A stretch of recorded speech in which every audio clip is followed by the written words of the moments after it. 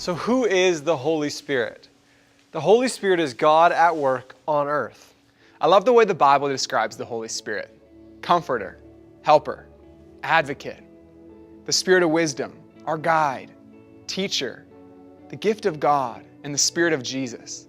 The Holy Spirit has been working on earth since the day of creation. He's God present at the beginning and God present with us now. No, he's not an impersonal force or an it. He's a person. He has a personality, and like a person, he can be grieved or even excited. Can you imagine how awesome it would be to have Jesus by your side? If you're eating with friends and you run out of food, boom, Jesus multiplies the last pizza. You want to travel somewhere? Bam, you're there in an instant. Yeah, and if you forgot your life jacket, you could just walk on water. Walk on it. But seriously, imagine what it would be like to visit a sick friend in the hospital with Jesus right beside you. Or if you're feeling lost or scared, how comforting it would be to have him by your side. Jesus' friends and followers would have felt this even more than we do. They loved having Jesus around. That's why it was such a shock to the disciples when he pulled them aside one day and told them that he was going to be leaving soon. This is what he said.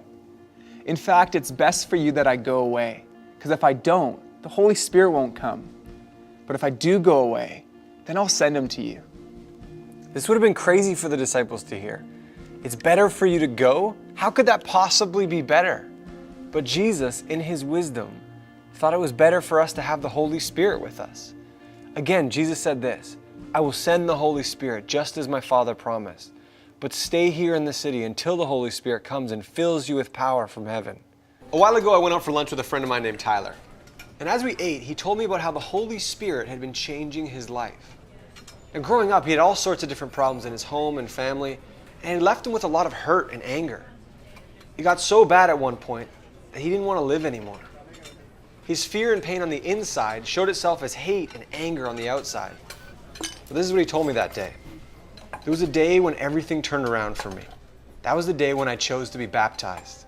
There was no instant change, but over time I noticed I was less and less angry and depressed.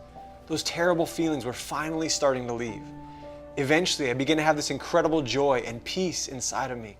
I began to experience God firsthand in my life, and he brought me so much happiness. Tyler's a pretty strong guy. He's a black belt in judo, but as we were sitting there, his eyes filled with tears as he told me that he was happier than he'd ever been. He explained that he felt like he couldn't contain how much joy he felt. The Holy Spirit had so filled his heart and mind that he felt overwhelmed with God's love and goodness. It's not that his life is problem-free, but his experience of God touched everything in his mind and heart. This is such a great example of what the Holy Spirit does in our lives. He fills our hearts with God's love.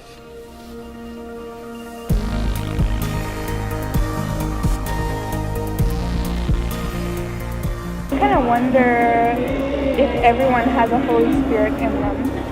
I'm not sure what entirety it is. I guess that'd be us, wouldn't it? Well, to me, it's just sort of the more abstract aspect of God as opposed to Jesus the person. It's just sort of, the abstract, overall. Holy Spirit. Oh, so for me, it's the same as God. I don't really. My mom's always talking about the Holy Spirit. But isn't it something that the Spirit of supposed to good, I guess, follow you, but it's not present physically? Where did the Holy Spirit come from? Don't know. Do I think it's there? Yeah, I think it's there. Is it a person, or is it just like a experience, or is it just presence, or what is it?